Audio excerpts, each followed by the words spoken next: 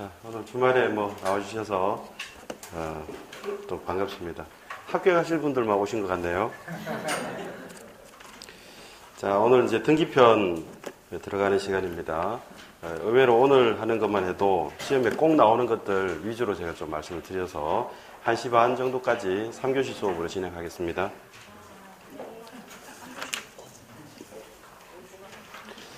자, 일단 88페이지를 먼저 펴세요. 88페이지. 네. 여기 용어가 나오고 있으니까 그 용어에 대해서는 제 블로그에 정답이 있지 않습니까? 오늘 프린트 하나 받으셨죠? 거기 프린트에 보면 맨 위에 제 블로그 주소가 적혀 있으니까 거기 가셔가지고 정답을 참고로 해서 가볍게 좀 보시고요. 오른쪽 이제 89페이지를 한번 보십시오. 89페이지에 등기 분류 자체는 시험에 문제화하진 않는데요. 요 89페이지에 있는 내용, 등기의 종류들이 쭉 나오고 있잖아요. 요게 등기 전체에 대한 스크린이니까, 이렇게 분류하면서 이런 등기가 나오는구나. 앞으로 이런 등기들을 공부하는구나. 이렇게 감을 좀 잡아두시면 되겠고요. 그 중에 표에서 아래쪽에 보시면, 방법, 형식에 의한 분류가 주등기, 부기등기다. 그래서 등기부에 보면 번호가 다 붙어 있어요. 그게 1, 2, 3, 4 이렇게 독립한 주된 번호가 붙어 있다고 주등기라 하고요. 1-1, 2-1, 2-1-1 이렇게 뭔가 파생시켜서 붙인 것들, 번호 붙인 것들이 붙였다, 부기등기 이렇게 얘기를 합니다. 제가 언제 주등기하고 언제 부기등기 하는가를 저 뒤쪽에서 이제 공부를 하시게 될 텐데요. 어쨌든 여기는 이게 형식에 의한 분류다, 또는 방법에 의한 분류다. 이 정도 명칭은 좀 봐두시고, 그 다음 맨 밑에 효력에 의한 분류가 있는데요. 그 종국등기와 예비등기라고 분류가 돼요. 근데 종국등기, 예비등기 이 명칭이 왜 붙었는지를 이해하는 게 굉장히 중요합니다. 효력이 종국적으로 생긴다. 그래서 종국등기입니다. 근데 우리 원래 등기라는 거는 권리 때문에 하는 거고, 권리변동 효력 때문에 하는 거라 종국등기가 원래 등기입니다. 그래서 등기 그러면 다 종국등기로 보시면 됩니다.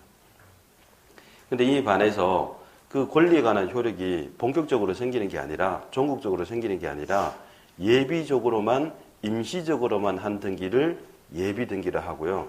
대한민국의 예비등기는 가등기 하나밖에 없습니다. 그러면 가짜 붙어 있다고 다 예비등기를 하시면 안 되고요. 지금 가등기잖아요. 그러니까 등기를 예비한 거예요. 등기는 종국등기라 그랬죠. 그러니까 종국등기 예비다, 가등기밖에 없는 겁니다. 그런데 가짜가 붙어 있는 가압류 가처분 등기는요, 종국등기입니다. 그러니까 대한민국의 예비등기는 가등기밖에 없기 때문에 가짜 붙어 있어도 가압류라고 돼 있고, 가처분이 돼 있는 거는 압류 예비하고 처분 예비하는 거지 종국등기, 등기 예비하는 게 아니거든요. 그러니까 다 종국등기, 가등기 아니면 다 종국등기라고 하시면 됩니다. 그 개념을 잡아두시는 것도 뒤에 가면 굉장히 중요하니까 좀 잠깐 봤어요. 그 다음 92페이지 보시면 됩니다. 등기의 대상. 여기서부터 이제 본격적인 출제입니다.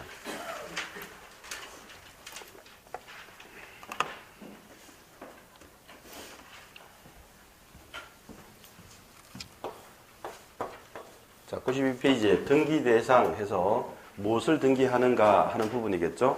그러니까 등기 사항 이렇게 또 얘기합니다. 그러니까 등기하는 물건, 등기하는 권리, 등기하는 권리의 변동의 모습 이렇게 나눠서 보는데요. 그래서 그 표에 보면 등기하는 물건은 부동산이다. 등기하는 권리는 이런 게 있다. 그 등기하는 권리의 변동의 모습은 이런 모습들이 있더라. 이제 쭉 있죠. 하나씩 이제 체크하시면 되는데요. 우리 부동산 등기니까 기본적으로 부동산이라는 물건이 이제 등기 대상인데, 토지 건물이 부동산에 해당한다는 거 우리 다 알고 있죠. 근데 시험에서는 이걸 내는 게 아니고요.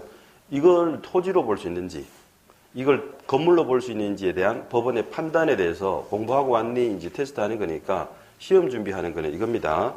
이걸 토지로 등기할 수 있을까? 이걸 건물로 등기할 수 있을까? 이제 그 판단입니다.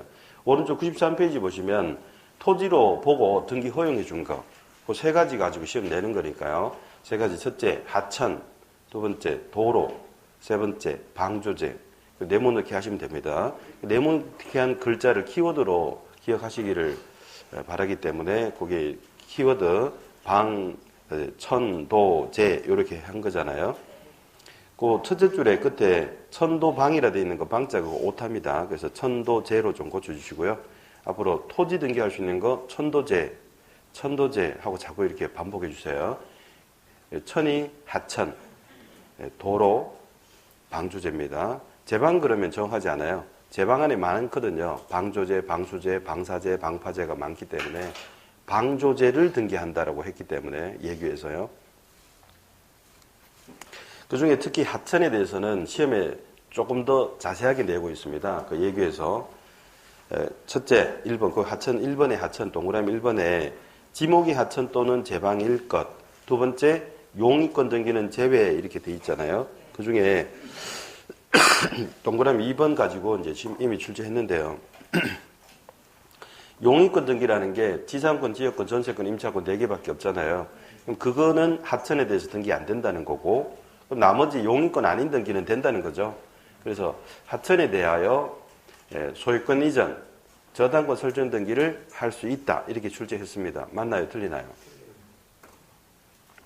하천에 대해서 등기할 수 있는데 용의권이 안 된다 그랬죠? 하천에 대한 지상권, 지역권, 전세권, 임차권은 안 되고요. 그럼 여기 없는 거 소유권, 저당권은 된다는 뜻입니다.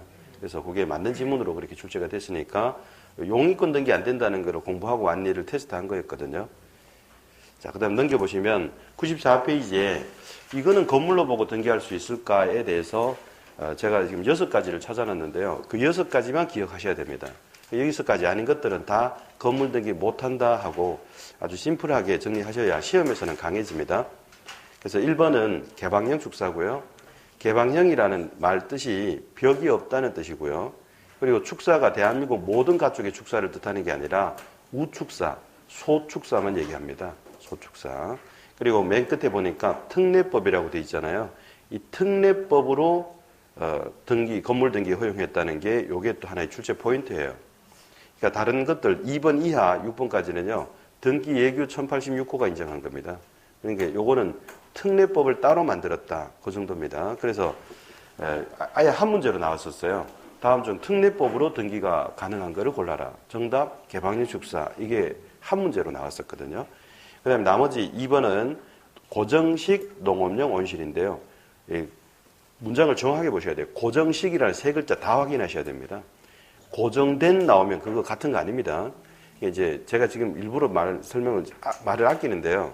한 번이라도 들어두시는 게 필요하고, 이게 제가 이 건물 등기 할 수 없는 예로 들다가 여러분 기억에 남아버리면 오히려 혼란이니까 일부러 말씀 안 드리는데, 고정식 이거하고 고정된 하고 이게 두 개가 있어요. 고정된 나오면 아니다 하셔야 돼요. 그냥 고정식까지 정확하게 보셔야 돼요. 그 농업용 고정식 온실 요거는 누가 봐도 그 사진 보니까 이게 건물로 취급할 정도는 아니지만 그래도 견고함이 있어서 한 해 원예작물하고 재배하고 허물어 버릴 거 아니니까 이거를 대장을 갖추고 등기를 허용해 준다. 이제 그런 취지거든요. 고정식 그거 기억하시고. 그래서 3번은 왼쪽은 컨테이너고요. 오른쪽은 패널 건축물입니다. 패널 건축물, 우리 흔히 판넬 건물 가는 건데요. 주로 가건물이지 않습니까? 근데 이런 것들은 등기로 허용할 요소는 못 갖추고 있는데 지붕의 요소가 있을 때는 등기 허용해 주겠다는 게 법원의 태도거든요. 그래서 거기 네모에 들어갈 말이 지붕인데, 그래서 지붕이라는 단어로 키워드로 이제 외울 건데 앞으로 좀 시간이 지나면요. 지붕을 등기한다고 이렇게 착각하시게 되더라고요. 그러니까 지붕을 등기한다고 하지 마시고 컨테이너나 패널 건축물에서 지붕의 요소가 있는지를 본다는 그 포인트를 좀 잡아두시고요. 그 다음에 4번은 비석이 있는 누각, 정자를 이제 비각이라 합니다. 비각. 그래서 지금 거기 정자가 예쁜 게 하나 있는데 그 안에 비석이 들어가 있습니다. 그걸 이제 비각이라 하고요. 그 다음에 오른쪽 5번은 사이로입니다. 사이로. 그래서 규모가 큰 탱크를 총칭해서 사이로라 하고요.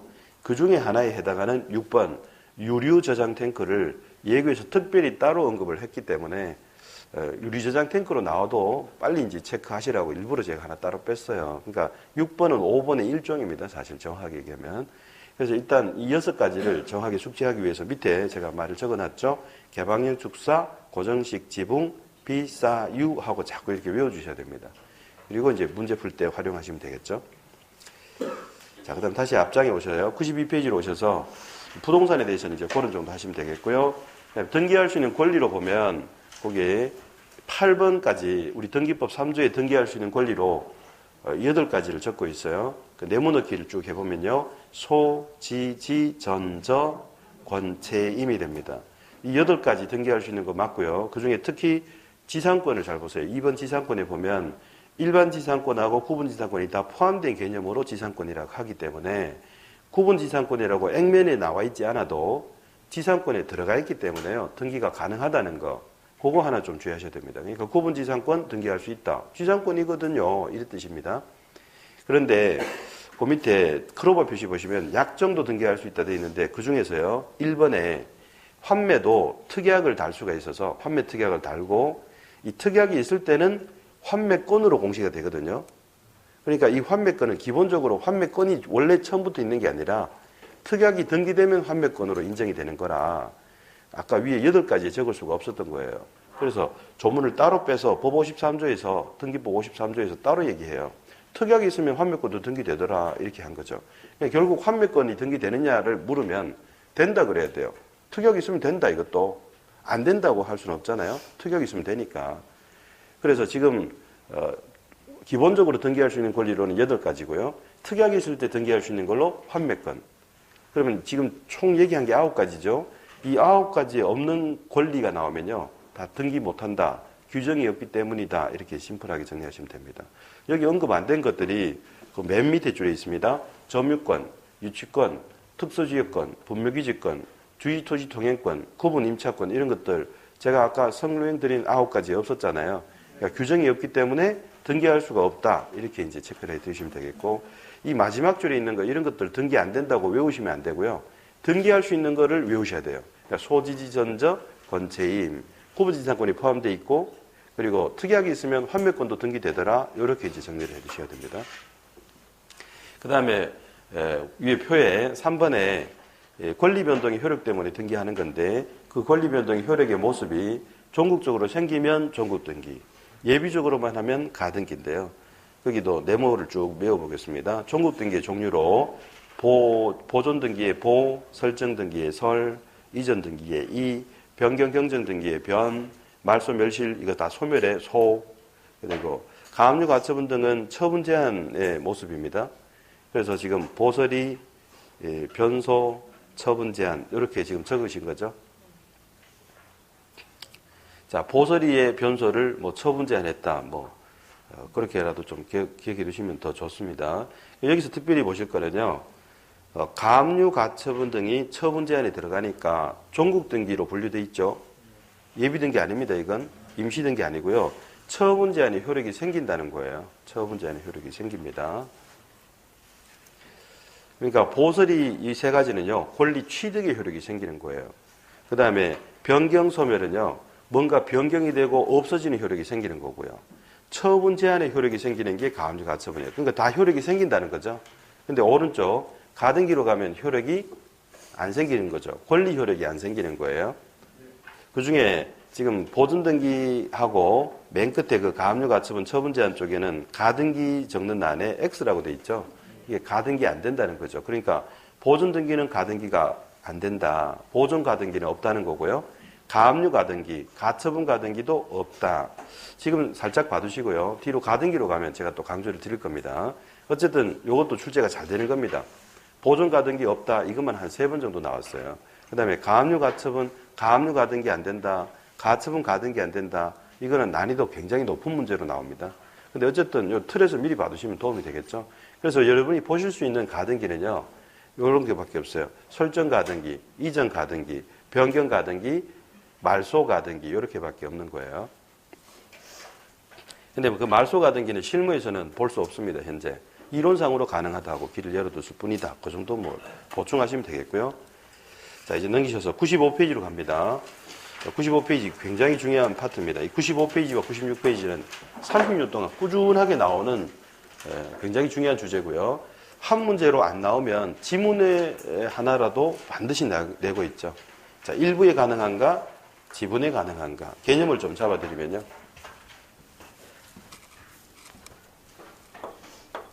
자, 이런 개념이에요. 이게 토지든 건물이든 부동산이고 그 중에 자, 제가 빗금 진보보는 부동산의 물리적인 일부입니다. 그래서 일부 그러면 아무 말 없이 일부 그러면 당연히 물리적인 일부입니다. 토지나 건물의 물리적인 일부. 자, 그러면 이 일부에 용익을 설정할 수 있을까요? 그리고 등기도 할 수 있을까 이 얘기인데요. 이거는 계약하기 나름이에요. 일부 빌려도 되고 빌려 쓰는 게 용익이니까요. 일부 빌려도 되고 전부 빌려도 돼요. 계약하기 나름이고 얼마든지 가능하죠. 근데 일부인 이 상태로 거래하고 처분하는 거예요. 이렇게 어떻게 일부를 어떻게 거래하고 처분합니까? 이 상태로는 안 됩니다. 일부인 상태로는 거래가 안 되고 하나가 아니니까요. 그래서 이거를 굳이 하고 싶으면 일부인 부분을 내가 팔고 싶어요. 그러면 독립한 하나로 먼저 만들어야 됩니다. 그래서 분할, 분필이 선행되어야 된다. 이제 이런 얘기를 하죠. 팔리기도 합니다. 그래서 단 분할 후에는 가능하다. 이게 이제 판례고 시험에 출제되고 있죠. 그러니까 일부 용익 있다. 일부 처분 없다. 하고 싶으면 분할을 해야 된다. 그렇게 하시면 되겠죠. 근데 물리적 일부가 아니라 권리 일부는 지분이잖아요. 그래서 n분의 1로 나타내는 이 지분요. 자, 우리 지분이 등장하는 곳이 우리 대한민국의 법 체계하에서 지분이 얘기되는 게 두 개밖에 없어요. 하나가 공유고 하나가 합유예요. 총유는 단체 재산이지 지분의 개념이 아예 없어진 거예요. 단체 것이 되어버린 거예요. 그러니까 지분 그러면 두 가지가 있는데 공유 합유인데요.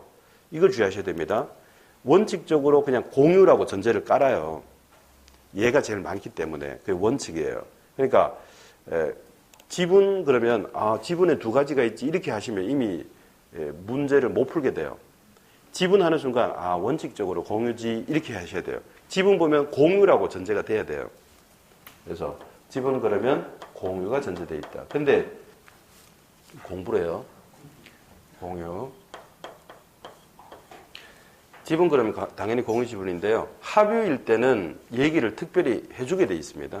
합유 지분 이렇게 얘기를 해줍니다. 그러니까 구별이 되는 거죠. 합유 지분. 합유일 때는 이 지분을 생략하면 합유를 생략하면 안 되겠죠. 구별이 안 되니까요. 자, 그냥 지분 그러면 공유 지분이라는 걸 제가 지금 표시를 했습니다. 요거. 근데 우리 시험에는 제가 정확하게 말씀드려서 전체적으로 말씀드린 건데 우리 시험은요 지분 이렇게 하면은 또 헷갈릴까봐 친절하게 공유 지분이라고 다 얘기해 줬어요. 여태까지. 그런데 일반론으로 말씀드리는 거예요. 지분하면 공유 지분으로 전제하고 푸셔야 된다는 것. 합의 지분은 합의라고 얘기를 해주게 된다는 거죠. 예외니까요. 예외는 예외를 얘기해 줄 때만 예외를 인정해야 돼요. 자, 그러면 이 공유 지분은 자, 지분 그러면 공유 지분입니다.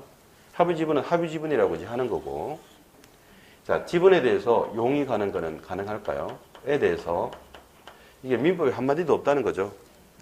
그래서 어렵다 그랬죠. 그래서 그렇게 고민하지 마시고 결론을 제가 보여드립니다. 지분은 용익의 대상이 아닙니다. 지분 용익 없다. 이렇게 좀 외워두실 필요가 있고요. 그 다음에 지분 자체를 거래하고 처분하는 거 되나요? 그런 관계가 공유지분 관계입니다. 이게. 그래서 공유지분은 처분이 되고요. 처분이 되니까 처분 제한도 가능합니다. 그러니까 처분이 안 되면 처분 제한을 논할 수도 없는 거고요.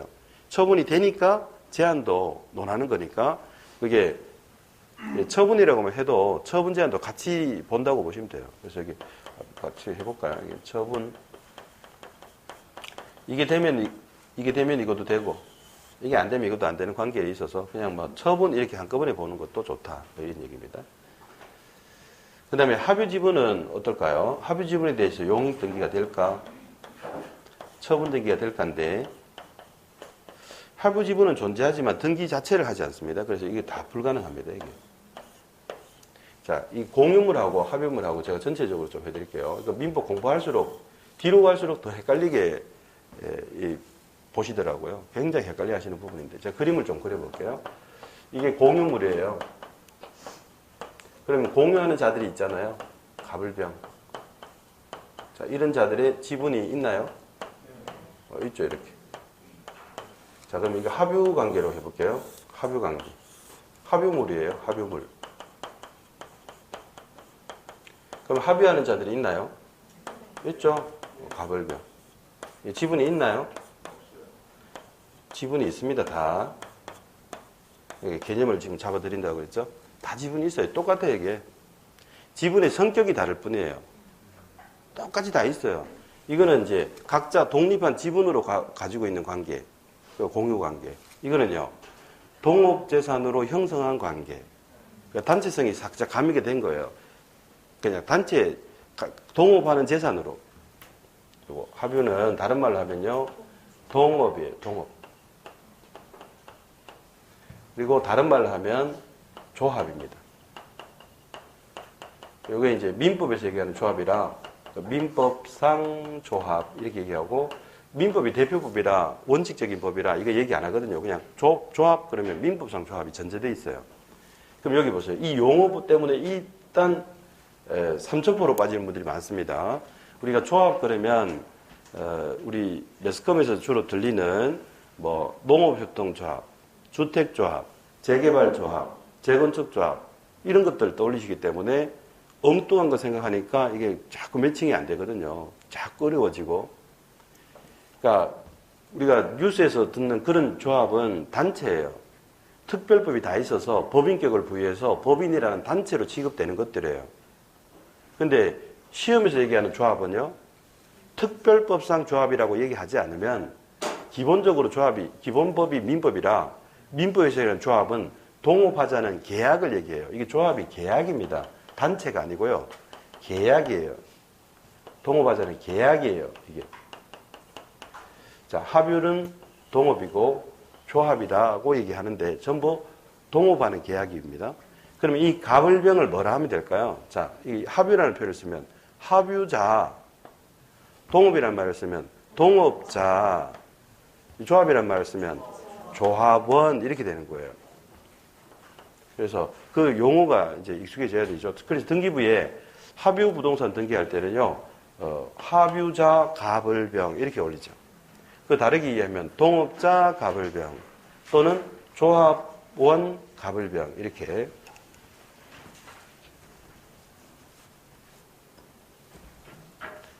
여기 이제 조합원 그러기도 하고 동업자 그러기도 하고 합유자라고도 한다. 이건 이제 일단 알아두셔야 돼요. 그러면 이 합유 관계는요, 이 합유물이 어떤 상태냐면 동업재산으로 형성한 거예요. 각자가 지분 출자해가지고 동업재산으로 만들었어요. 이거는 동업이에요, 안 해요? 아니에요. 각자가 지분권을 다 따로 가지고 있는 거예요. 이거는 동업재산으로 묶어둬 버린 거예요.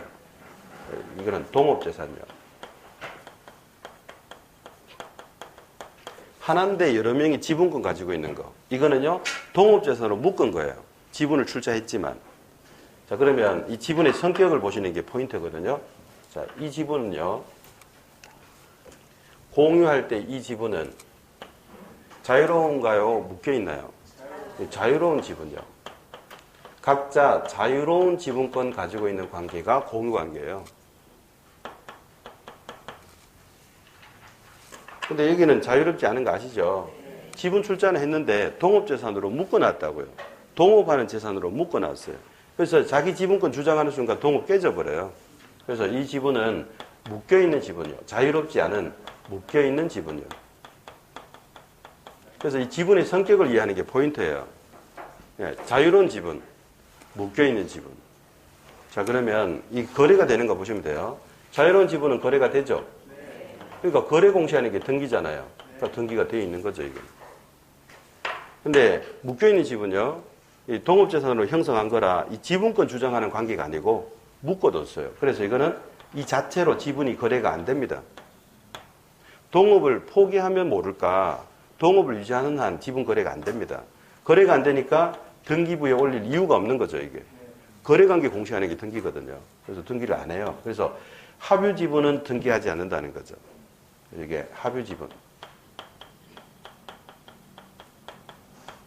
합유란 말 꼭 적어줘야 되고요. 자, 이거는 그냥 지분, 공유 지분인데 생략이 될 수 있습니다. 원래 지분 그러면 공유 지분이다. 그래서 합유 지분은 등기하지 않기 때문에요. 자, 등기부에 안 올리니까 다른 등기를 달 수가 없는 거죠. 용익 등기를 추가할 수도 없고요. 처분 등기를 추가할 수도 없고 처분 제한을 할 수도 없는 거라 다 할 수 없어요. 등기부에 안 보이니까 안 된다. 그래서 결국은요, 합유 지분이 시험에 나오면 굉장히 쉬워져 버려요. 이 맥락을 알고 계시면 쉬워져 버려요. 합유 지분은 등기 안 하니까 등기부에 안 보여요. 안 보이니까 어떤 등기를 추가하겠습니까? 이전 등기를 달겠어요? 처분 제한 등기를 달겠어요? 처분 등기를 달겠어요? 용익 등기를 달겠어요? 다 안 되는 거예요. 아예 보이지가 않으니까. 그런데 공유지분은 보이지 않습니까? 그 보이니까 다른 등기를 추가할 수 있는데 다만 성질상 이 공유지분에 대해서 용익 등기를 추가할 수는 없다는 거죠. 용익 등기를 추가할 수는 없고 지분 용익은 개념이 없기 때문에. 하지만 이 지분은 처분이 자유롭다는 거고 그리고 처분 제한이 또 가능도 하다는 거죠. 처분에는 소유권 이전, 이전, 저당 설정이 처분 쪽이고 처분 제한 쪽은 이제 압류, 가압류, 가처분, 경매 이런 것들이 다 처분 제한 쪽에 들어옵니다. 이렇게 정리가 되겠죠. 자, 그래서 그 밑에 이제 필수 암기 쪽에 한번 보세요. 일부 용익은 가능하고요. 일부인 상태로 처분은 안 된다. 그리고 지분은 용익이 대상이 아니었다 그랬죠. 공유지분요. 공유지분은 또 처분은 자유로운 거고요. 또 처분 제한도 가능하겠죠.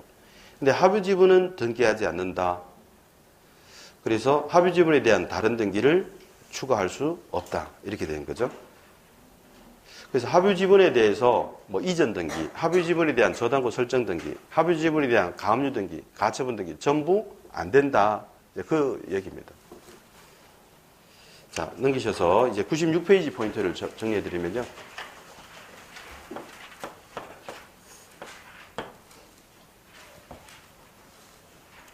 여러분 민법 공부를 하다 보면 이게 또 헷갈리는 부분이 하나 있는데요. 미리 좀 잡아드릴게요. 이 공부가 좀 잘 되신 분들은 7, 8을 때면 꼭 질문을 하시는 부분이 하나 있어요. 뭐냐면 공유물은 보존 행위는 각자가 단독으로 할 수 있죠. 보존 행위를. 이용 계량은요. 공유물의 이용 계량은 할 수 있나요? 할 수 있죠.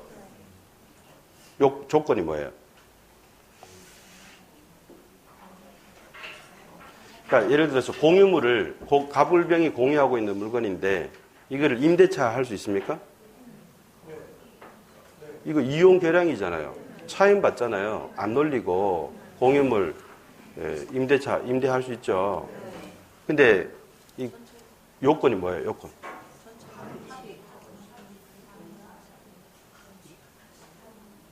네, 정답이 안 나오고 있어서 네, 공유물에 대해서 이렇게 임대하는 용익이 돼요. 네, 임대 같은 거. 자, 이게 되는데 조건이요. 과반의 찬성이죠. 이 말이 안 나와서. 그러니까 지분권자 과반의 찬성이죠. 지분 과반의 찬성. 그러니까 이 지금 3명이잖아요. 그러면 여기 2명 이상의 찬성이 있으면 그 수익 활동을 할 수 있다고요. 임대할 수 있다 이 얘기입니다. 이게 만약에 공유자 전원에 합의를 요한다 그러면 그건 뭐 너무 무리한 거라고 보니까 과반이라고 돼 있죠. 이게 민법 265조입니다. 이게. 그럼 지분 용익 되는 거 아닙니까?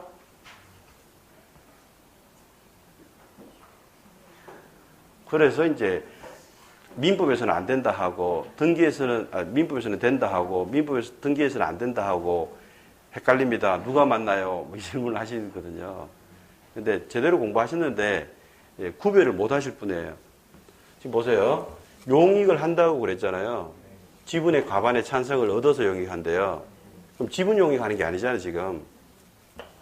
이걸 용익하지. 공유하는 토지나 건물을 용익하게 한다는 거지 지분을 용익한다는 게 아니죠.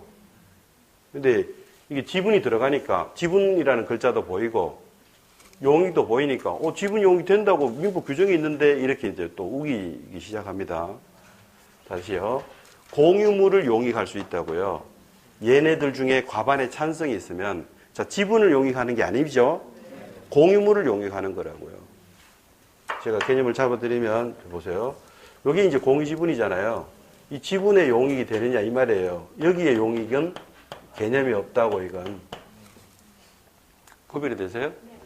3분의 1이라는 지분을 용익하는 거는 개념이 없고 공유물을 용익을 할 때 임대차를 줄 때는 지분권자 과반의 찬성이 있어야 된다. 개념을 구별하시겠어요? 무엇을 용익하느냐의 문제예요. 토지 건물을 용익하는 건지 n분의 1이 지분을 용익하는 건지에 대해서 지분은 용익의 대상이 아니라는 거죠. 공유물은 용익이 된다고요. 공유물은 무슨 조건으로? 과반의 찬성으로. 이거 착각하시면 안 된다고 이게. 그런데 그 민법은 이 얘기를 한마디도 안 한다고요. 지분은 용익의 대상이 아니라는 걸 한마디도 안 해요. 그래서 기본적인 이런 것들만 얘기하고요. 그래서 이게 뭐 사례가 있어야 나올 텐데 등기에 그 사례가 생긴 거예요. 등기에서. 그래서 이게 선례가 얘기하는, 등기 선례가 얘기하는 거예요. 등기 선례가 지분은 용익의 대상이 아니므로 이제 이런 식으로 나옵니다.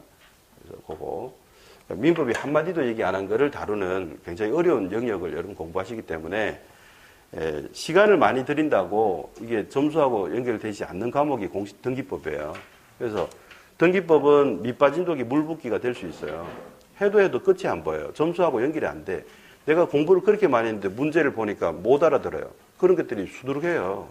그래서 제가 강의를 꼭 들어야 되는 과목이 등기법이고 시험에 나오는 부분을 제가 자꾸 보여드리고 포인트 잡아드릴 테니까 복습을 하시라고. 그래야 시험을 칠 수 있다고 제가 강조드리는 겁니다. 복습을 하셔야 됩니다. 오늘도 이렇게 하시고 나면. 자, 그 다음에 96페이지에서 보시는 내용은 뭐냐 하면 개념은 이런 겁니다. 권리자가 이렇게 여러 명이 있어요. 그러면 여러 명의 권리자가 있다는 거죠. 이거를 굳이 이렇게 한자로 써요. 수임이라고. 그러니까 수인의 권리자 이렇게 나오면 여러 명 권리자구나 이렇게 알아들으시면 되고요. 그럼 예를 들어서 권리자가 여러 명이니까 가불병이 나왔죠. 부동산은 하나인데 권리자가 여러 명이래요. 그럼 이건 무슨 관계일까요? 아무 말 안 하면요. 다 공유라고요. 합의는 반드시 합의라고 얘기해 준다고요. 그래서 구별한다고요. 얘가 드무니까. 그래서 이런 지분이 있는 이 관계예요. 그럼 이 지분은 무슨 지분이에요? 당연히 공유 지분이지. 여러 명 그러면요. 합의를 얘기 안 하면 다 공유 지분이에요. 자, 근데 여기서 갑이라는 사람은 지분권자 중에 한 명이잖아요. 이 사람이 자기 지분만 등기를 해야 될까? 아니면 갑이 할 때 자기 것만 하는 게 아니라 한 명이 하든 두 명이 하든 세 명이 하든 이 명수가 중요한 게 아니고요. 등기 자체가 일이 되게 해야 될까? 일이 되게 등기해야 될까에 대해서 이 사안이 다 있어요. 이 부분 논하는 그 주제가 5가지가 있는데요. 나눠집니다, 이게. 3가지는 이쪽이고 2가지는 이쪽이에요. 그러니까 이거는 그 개념을 잡아두는 게 중요합니다. 여기 미리 말씀드리면 보존 등기하고요. 그 다음에 상속 등기하고 신탁 등기, 잠깐만 제가 소개할게요. 이 보존 등기는 무슨 등기인지 아시죠? 최초의 등기예요. 1부동산에 1소유권을 공시하는 게 목적이에요. 한 명이 해도요, 1이 되게 해야 돼요, 1이 되게. 원래 등기를 할 때 1만 해야 되는 등기예요, 이건. 그러니까 한 명이 해도 전원명이 밝혀서 1이 되게 해줘야 돼요. 2명이 해도 1이 되게 해줘야 된다고. 전원이 하면 당연히 1이고요. 그러니까 보존 등기는 1이 되는 등기만 받아줘요. 그러니까 보존 등기에서 갑하고 을만 보존 등기를 해서 3분의 2가 공시됩니다. 이런 보존 등기를 아예 안 해준다고요. 1이 안 되는 보존 등기는 해주지 못한다는 거죠. 성격상. 왜요? 1부동산, 1소유권의 최초의 공시라 1이 안 되는 보존 등기를 못 해준다고 이건. 그래서 누가 오는 거는 상관없어요. 한 명이 와도 전원이 다 드러나서 1이 되는 등기만 해줄 수 있다. 상속 등기는요, 마찬가지입니다. 이 1부동산 1소유권 공시의 목적 때문에 그렇고요. 이 상속은 누가 뭐 상속이 뭐냐고 묻지도 않겠지만 우리 상속 다 알고 있죠? 그 상속이 뭐예요? 상속은 알고 있는데 이게 안 나옵니다, 이게. 상속은 상속이다. 뭐 이러면 그거는 해석이 아니고 동어 반복이라고 그래요. 상속은요, 민법 규정이 다 있어요. 민법에 997조하고 민법 1005조에 적어놨습니다. 이게 피상속일에 사망 시에 상속이 개시된다고 돼 있고, 그 상속이 개시되면 일어나는 효과가 피상속일의 재산이 포괄적으로 상속일에게 승계한다 이렇게 돼 있어요. 두 개를 묶으면 어떻게 되냐면 피상속인 돌아가시면 재산이 포괄적으로 상속인에게 승계한다. 이게 상속의 정의입니다. 상속은 재산의 포괄승계입니다. 과거에는요, 재산 말고 호주의 지위도 상속이 됐거든요. 그러다가 그 멍청한 그 장남자가 호주가 되니까 형은 멍청하고 동생이 똑똑해요. 그럼 차남이 하는 게 좋겠다. 호주 하는 게 좋겠다. 그래서 호주 승계제도로 바꿨다가 1991년에 그러다가 호주제 자체를 없애버렸죠. 2008년도에 없어졌어요. 그래서 지금은 가족관계 등록부가 있지 호적 등본이 있는 게 아니죠. 호주, 호적 이게 없어졌어요.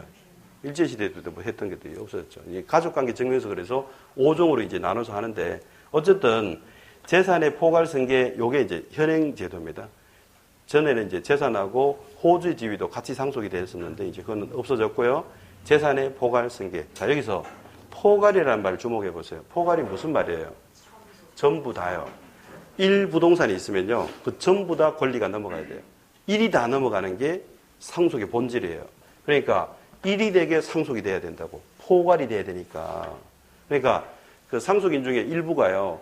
나 급하니까 먼저 내 집은 상속 등기 할게. 5분의 4만 먼저 할게. 안 받아준다고요. 등기를. 아예 안 하면 모를까. 안 해도 상속은 인정되니까 규정대로. 여기 등기라는 말 없었잖아요. 아버지 돌아가시면 재산은 자식 거다라고 했기 때문에 등기 없이도 상속은 일어나요. 하지만 등기할 때는 1이 되는 상속 등기로 해야 된다고요. 본질이 그거예요. 그래서 이게 등기 특징을 이해하셔야 돼요. 보존 등기는 1소유권을 공시하는 게 목적이라 몇 명이 오더라도 1이 되게 해야 돼요. 상속도 재산의 포괄승계라 1이 되게 상속 등기 해야 된다는 거죠. 그다음 신탁은 여기 신탁법에서 따로 얘기합니다. 권리 맡길 때는 하나의 권리 다 맡겨. 지분 맡기는 거 인정 안 돼. 이렇게 전제를 해놨어요. 그러니까 이거는 전부 지분 등기를 못하는 거예요. 1이 되게. 그러니까 지분 1이 안 되는 지분으로 등기 못하고 지분으로 등기해도 1이 되면 돼요. 다 합쳐서. 그러니까 1이 되는 등기를 해야만 하는 거 세 가지. 그래서 이걸 아예 뭐 일일이 뭐 제가 이해하시라고 좀 설명을 드렸습니다만 시험에서는 너의 얼마나 이해하고 있는지를 테스트하겠다. 적어보세요 해가지고 보존 등기는 원래 최초의 소유권 공시라 1부동산 1소유권을 공시하는 게 목적이라 누가 하든 상관없이 1이 되는 등기를 해야 됩니다. 이렇게 적을 이유가 없는 시험이죠. 왜요? 안 물어요. 객관식이거든요. 골라라. 고르면 되니까. 그 시험의 본질이에요. 그러니까 주관식으로 공부하면 공부량이 굉장히 많고요. 체계적인 공부를 하셔야 돼요. 기승전결요. 논리적인 전개. 적재적소의 조문을 찾아 인용해야 되고요. 판례도 인용해야 되고요. 이게 2차 시험 공부예요. 주관식 시험. 이게 2차 잘못됐다. 주관식, 제가 사부시험 얘기하다가 그래야 돼요. 그러니까 주관식, 논문식 시험은 그렇게 해야 돼요. 근데 우리 시험은 그 시험이 아니고 골라라예요. 그러니까 논리적인 전개, 이유는 전혀 불필요해요. 도움이 될 뿐이지, 우리 공부할 때. 그래서 제가 설명을 드렸습니다만 시험에서는 이거를 기억을 못하면 이해하고 있는 걸로 안 되고요. 시험 치도록 준비를 해야 되겠죠. 1이 되게 보상신 이렇게 외워두셔야 됩니다. 그리고 정답 딱 가르치면요. 다른 집은 읽을 것도 없이 그냥 넘어가고 이런 풀이를 하셔야 되는 게 객관식 시험. 시험의 본질에 맞게 준비를 하시는 게 좋아요. 안 그러면 쓸데없는 공부 너무 많이 하게 되고 특히 등기는 그 비효율성이 어마어마합니다. 암만 공부해도 문제 한 문제 제대로 못 풀게 되는 정도의 분량이 있고 혼잡함이 있거든요. 복잡하거든요. 논리도. 산만하기 짝이 없어요. 또 예규 다르고 설례 다르고 해보세요. 그러면 막 그 정리한다고 시간 엄청 잡아먹죠. 근데 그런 공부하시면 안 된다는 거죠. 결론이 1이 되게 보상신이에요. 그 다음에 여기 자기 것만 해야 되고요. 다른 사람 지분을 건드리면 민폐가 되는 게 있습니다. 이게 그거는 이제 두 가지인데요. 가등기에 기한 본등기하고 포괄유증등기예요. 근데 이거를 자기 지분만 본, 포하고 이렇게 외우면 좋기는 했는데 제가 이렇게 암기하시라고 하고 문제 푸는 거 보니까 문제를 못 푸셔요. 이건 자기 집만 본포라는 걸 가지고 문제를 못 푸시더라고 이걸. 그래서 결국은 우리 맞춰야 되잖아요. 객관식에서. 그래서 이게 문장으로 나오거든요. 문장으로 나왔을 때 좀 빨리 알아보시라고 문장에 있는 거를 제가 풀었어서 이게 지분만 본등기가 된다는 거죠. 그런 문맥이 있는지를 보시라는 거죠. 그래서 지분 본등기 할 수 있어요, 없어요? 지분, 본등기 할 수 있다는 거잖아요, 지금.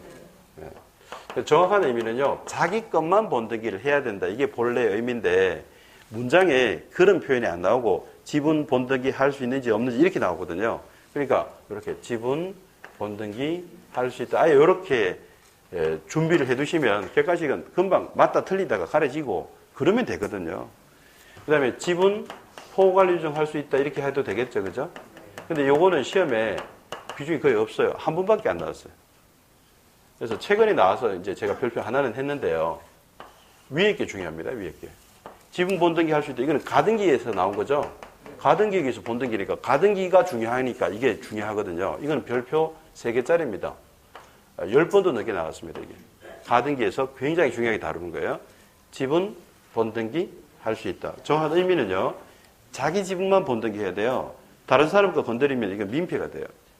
그러면 안 돼요. 그래서 이렇게 지금 제가 체크를 했습니다. 그럼 네모 넣기를 해보면 필수항기 쪽에 보세요. 96페이지 아래쪽에. 자, 1이 되게 보상시 밑에 지분 보존 등기는 할 수 없겠죠. 1이 되게 해야 되니까. 그러니까 지분만 이런 뜻이에요. 1이 안 되는 지분만. 그 다음에 지분만 상속 등기를 할 수도 없고요. 지분만 신탁 등기를 할 수도 없죠. 근데 맨 밑에 거 지분 본등기 할 수 있고요. 지분 포괄 유증 할 수 있다. 이제 그렇게 보시면 됩니다. 자, 넘기셔서 이제 98페이지로 갑니다. 자, 등기의 효력에 대해서 효력이 생기는 게 유효 등기고 효력이 안 생기는 게 무효 등기죠. 자, 98페이지하고 오른쪽 99페이지에 걸쳐 보니까 붉은색으로 되어 있는 부분이 보이실 겁니다. 그 붉은색 부분이 전부 무효 등기입니다. 그럼 붉은색으로 표시 안 한 등기들은 다 유효라고 그러시면 돼요. 자, 유효인 등기, 무효인 등기. 이거 효력이 있는 등기, 효력이 없는 등기예요. 그러면 우리 실제 등기 사례 중에 유효한 등기가 많을까요? 무효인 등기가 많을까요? 유효인 등기가 많죠. 자, 오늘 여기 학원에 오신 분들 중에 나는 가짜 등기를 해본 경험이 있다. 손 한번 들어보세요. 있어도 손 안 드시겠습니다만. 그러니까 주위에 나는 가짜 등기를 본 적이 있다. 손 한번 들어보십시오. 거의 못 보셨을 거예요. 그게 맞아요? 맞아요. 이유가 통계를 보면 그냥 이해하실 수 있어요. 10,000건 중에 1건이 부실등기다라는 통계가 있습니다. 법원행정처에. 10,000건에 1건이에요. 10,000건에 1건. 그러니까 무효등기가 굉장히 적다는 거죠. 상대적으로. 우리 주위를 보세요. 전부 다 아파트 샀어요. 그러면요. 다 유효한 등기 하죠. 세금까지 꼬박꼬박 내잖아요. 이런 등기가 대부분 보이지. 이런 무효 등기를 잘 못 봅니다. 주위에서. 그래서 무효 등기를 정확하게 체크하시면 시험에서는 간명해져요. 유효 등기는 너무 많잖아요. 그러니까 무효 등기로 얘기되는 것들을 알아두시면 좋아요. 첫째는 관할 위반한 거야. 요게 이제 29조 1호에 해당합니다. 1호. 자, 1호에 해당해서 관할 안 지키면 각하해라. 그런데 등기가 되면 무효입니다. 두 번째는 등기 사건이 아닌 경우. 요거는 29조 각하사유 2호입니다. 29조 1호, 2호. 이 두 가지만 그래요. 이 두 가지는 지금 무효는 맞는데 실체 관계에 부합하는지 안 하는지 이런 거를 따지지 않습니다. 이게 불문입니다. 이게 불문. 불문하고 무효이기 때문에 100% 무효다 이렇게 얘기할 수 있죠. 100% 무효다. 근데 학자들은요, 이 100% 이런 말 안 쓰잖아요. 절대적 이런 말을 씁니다. 절대적 무효. 이 말은 절대적이라고 법학에서 쓰는 거는요, 예외가 없다는 거예요. 그런데 판사들은 학자가 아니죠. 그래서 이 학자들 표현을요, 인용하는 경우는 거의 없다고 보시면 돼요.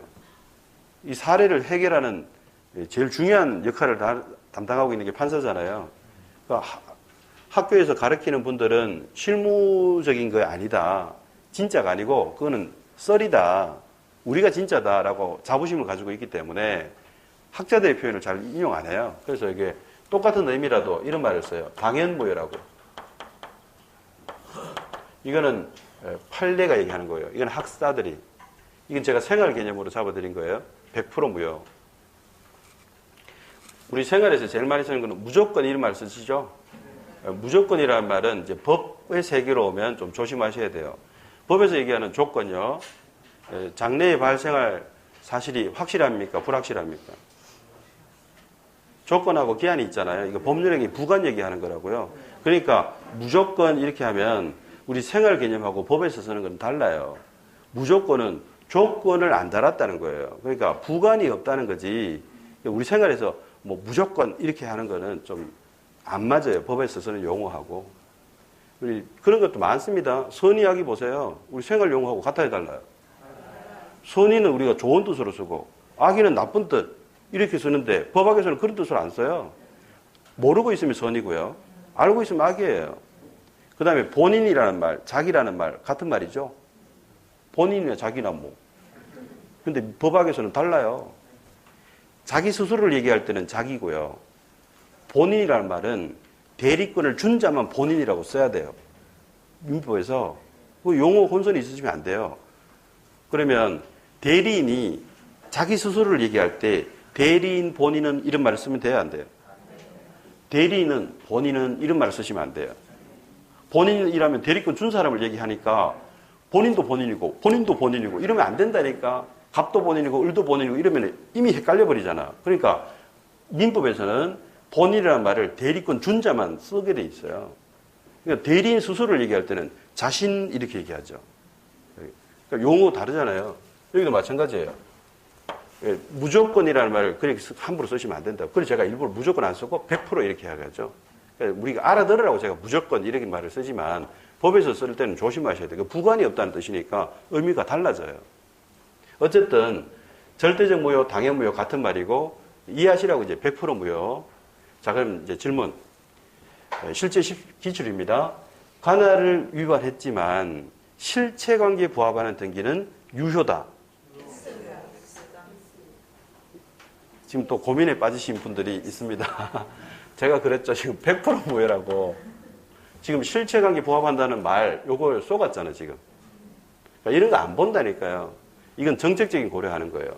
관할을 안 지켰는데 실체관계에 부합한다고 유효로 해주면요. 관할 무너져 버린다고요. 그래서 이거는 정책적인 고려를 해서 실체관계를 안 따져요. 관할을 안 지킨 거는 그냥 100% 무효를 하겠다는 거예요. 그러면 관할을 지킬 테니까 관할을 지키라고 정책적인 고려를 한 거라고요. 실체관계에 부합하고 안 하고를 따지지 않습니다. 근데 시험은 실체관계에 부합 안 한다고 낼까? 한다고 낼까? 이러면 안 틀리잖아, 아무도. 그러니까 내용을 아는 거를 이걸 자꾸 내죠. 근데 여기서 쏘가버리면 이걸 모르는 거예요. 다시.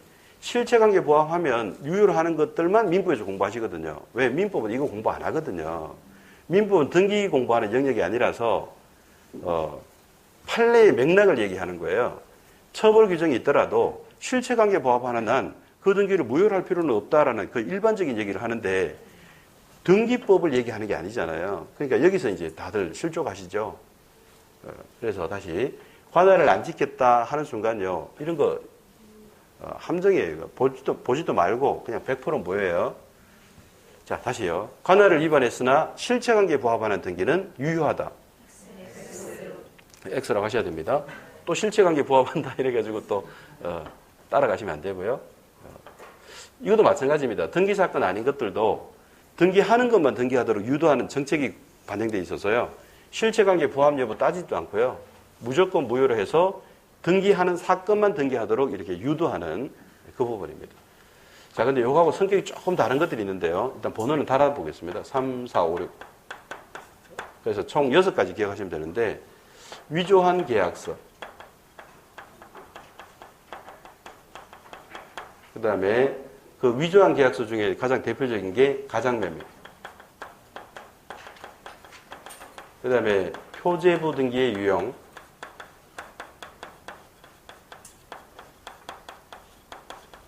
그리고 허가구역의 중간상격 등기.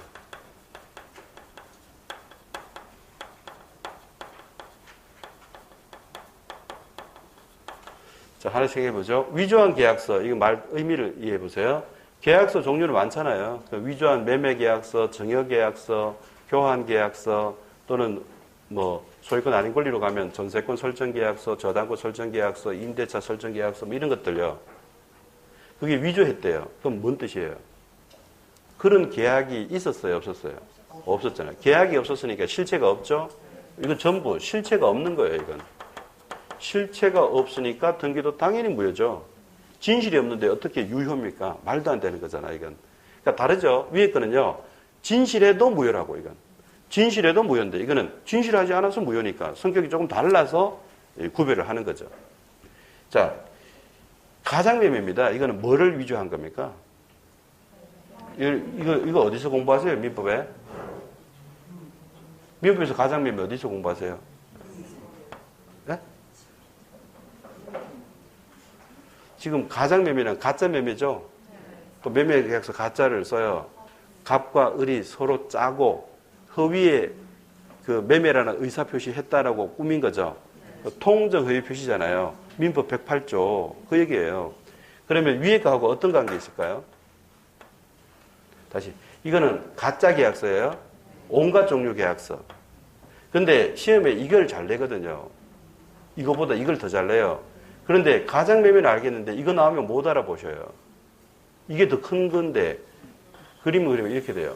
위조한 계약서의 그 많은 가짜 계약서 중에 매매 계약서 가짜로 한 것만 이렇게 얘기한 거예요.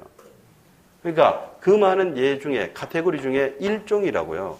근데 가장매매 나오는 거는 알아도 이거 나오면 모르기 때문에 이거 전체를 다 보여드린 거죠, 제가. 위조한 계약서 중에 제일 흔한 거, 우리 시험이 잘 내는 거, 가짜 매매 계약서, 가장매매. 그럼 이거는 매매한 적이 있어요, 없어요?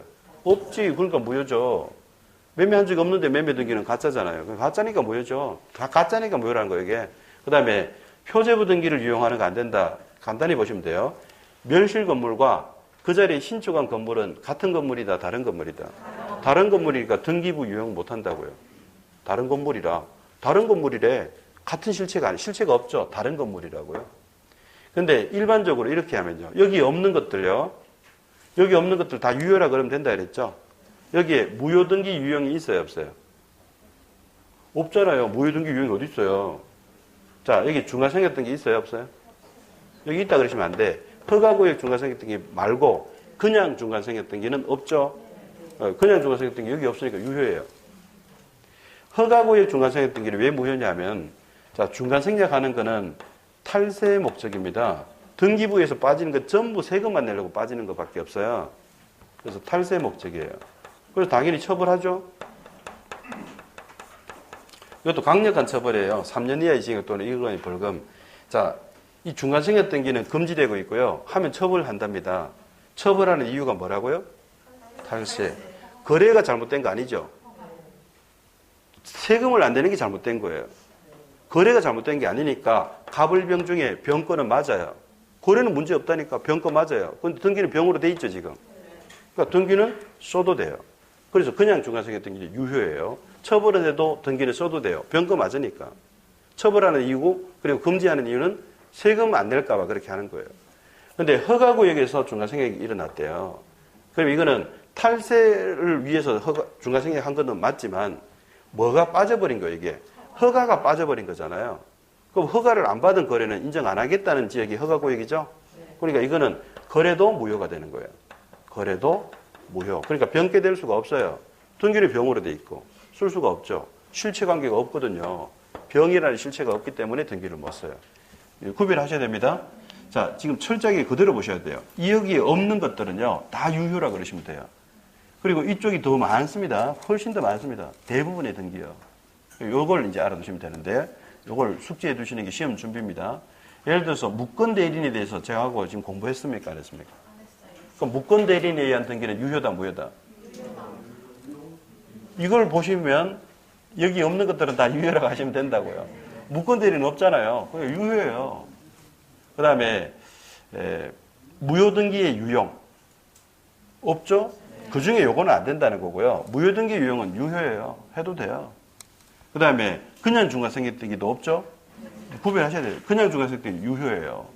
정여를 매매를 했다. 여기 있어요, 없어요? 없죠? 그럼 유효해요. 정여를 매매를 한 등기도 유효해요. 또 중간생략이 아니라 앞을 생략했어요. 갑이 보존 등기하고 을이 이전 등기 해야 되는데 보존 등기 해야 되는 갑이 등급에서 빠져버렸어요. 그래 을이 바로 보존 등기 했어. 이걸 매수인 명의의 보존 등기 앞이 생략됐으니까 앞머리 모 머리 두 해서 모두 생략이라고 그래요. 이거는 중간을 생략한 거고 갑을 병 중에 을을 빼버린 거고 예, 갑을 해서 갑을 빼버린 게 앞머리를 뺐으니까 모두 생략이라고 그래요. 모두 생략 없죠 여기. 유효해요. 그것도 마찬가지예요. 갑이 등기부에서 맨 먼저 올라가야 되는데 빠진 이유는 탈세예요. 하지만 갑을 간에 거래가 부정될 이유는 없잖아요. 거래는 문제 없다니까요. 올 거 맞으니까 등기를 써도 된다고요. 을이 바로 보주는 게도 등기를 써도 된다. 그래서 이 6가지를 알아두는 게 시험을 빨리 푸는, 정확하게 푸는 포인트다 하고 정리해 두시면 됩니다. 여기까지 하겠습니다. 좀 쉬었다 하시죠.